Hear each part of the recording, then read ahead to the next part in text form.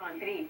Binigyang diin ni Pangulong Duterte sa ibang mga ASEAN leader na kailangan ng pagkakaisa para malampasan ang krisis. Nakatutok si Joseph Moro. Kung dati bumabiyahe pa ang iba't ibang leader ng ASEAN countries sa host country ng ASEAN Summit,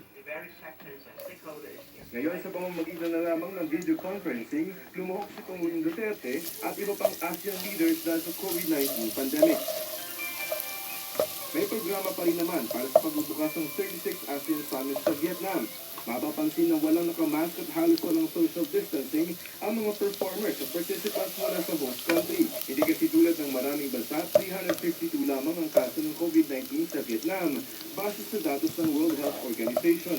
Sabi rin ng Vietnam, wala na rin daw community transmission doon sa loob ng 2 buwan. President of the Republic of Philippines. Sa kanyang mensahe, sinabi ng Pangulo na inilantad ng COVID-19 pandemic ang vulnerability sa kahinaan ng mga bansa sa healthcare system at social welfare protection. This pandemic has imposed the limitations of our healthcare and social protection system. It has laid bare the precarious situation of our workers at home and abroad. Kailangan daw na nagkakaisang pagtugon ng mga ASEAN countries sa tinawag ng Pangulo na perfect storm. Only protective and responsive ASEAN can help us safely navigate out of this perfect storm of crisis. We must therefore strengthen a region's capacity to address future and future diseases. Pero sabi ng Pangulo, hindi lamang COVID-19 ang banta. Andyan daw ang terorismo. The pandemic has not killed terrorism. It remains alive, lurking in the shadows, and in some countries, terrorist elements strike even during government relief operations. At a time of great need, this act as uncontainable, and we must therefore be always on the alert. Bukod daw sa COVID-19 at sa banta ng terorismo, nandiyan din daw ang tensyon sa West Philippine Sea at sa South China Sea na sabi ng Pangulong Duterte ay hindi daw dapat kalimutan ng ASEAN. We must also not lose sight of the geopolitical shifts that have occurred in the past 6 months. The rivalry between the United States and China before the crisis. COVID-19 added a new layer of this complex relationship.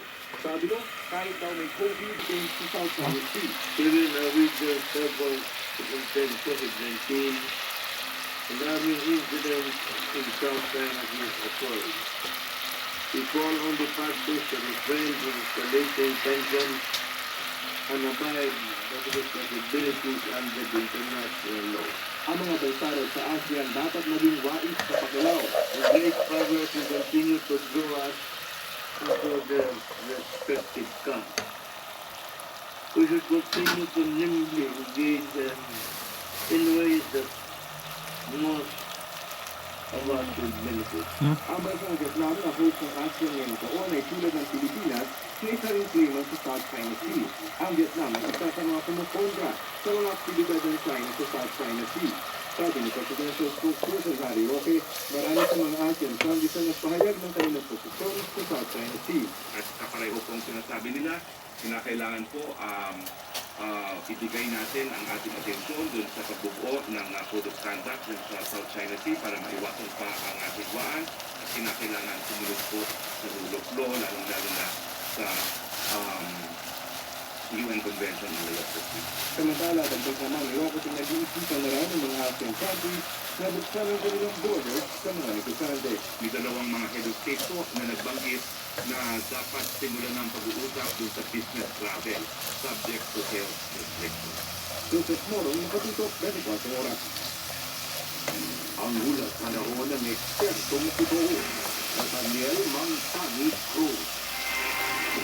Para po sa pinaha at landslide dyan sa Lingupugaw at Zamboanga dahil pa rin po sa mga malalakas na ulan dulot ng thunderstorm. Dahil sa sunod na ulan, lumambot ang lupa at nagka-landslide dyan sa may Tino, Ifugao.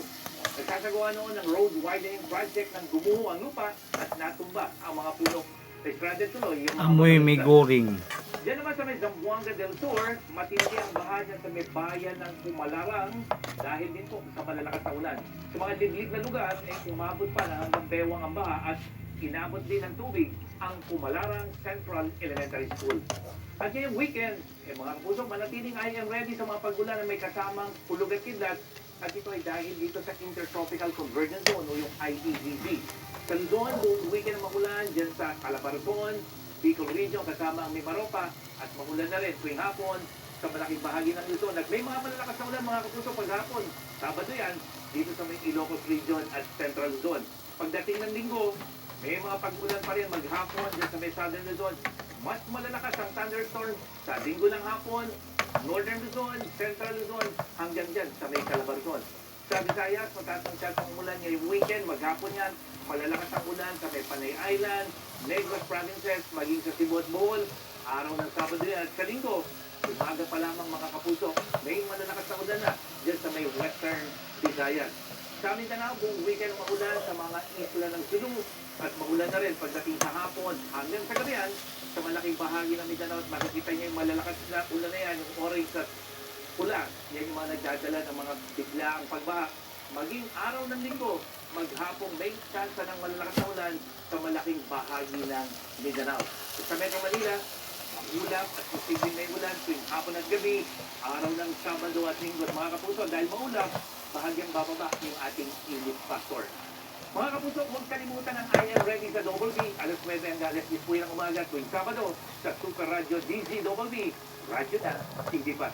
At yan ang latest mula sa GMA Weather. Ako po tinatanong po, magplano para sigurado. I am ready. Servisyong totoo ng GMA News. Sa liblib na lugar kung saan hindi uubra ang online enrollment, ang mga guro doble sakripisyo para sa mga bata. Mga teacher naman sa Mountain Province, ang value mean ang pinagdaraanan sa ngalan ng internet signal. Walang patid na pagtutok dito na sa 24 oras.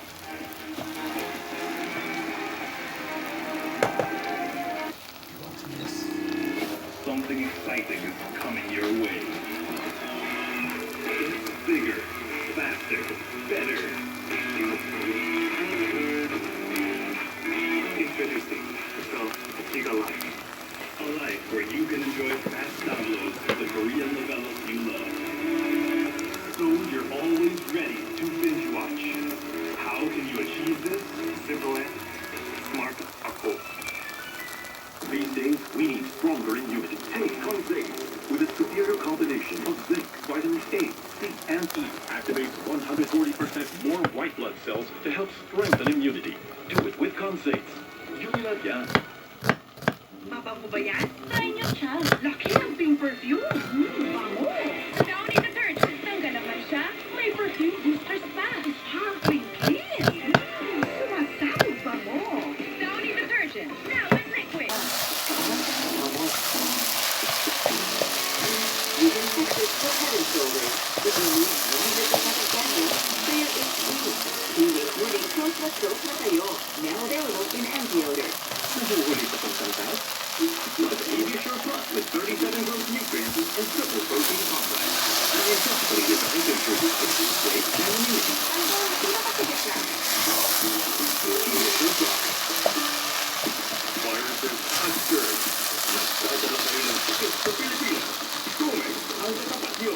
Patay ang 99.9% ng disease-causing viruses and germs sa isulong ang bahay. Gawing unstoppable.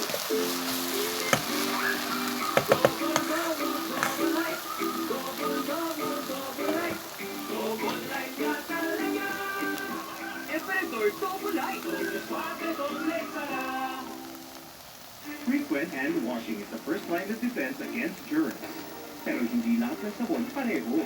Hand washing with Safeguard helps prevent germs from coming back for up to 24 hours. Wash hands properly. Stay safe. Safeguard. I never worry na maghahalo ang perfume ko sa ibang amoy. New and best ever down with Perfume Pearl. Scent that lasts longer than expensive perfume.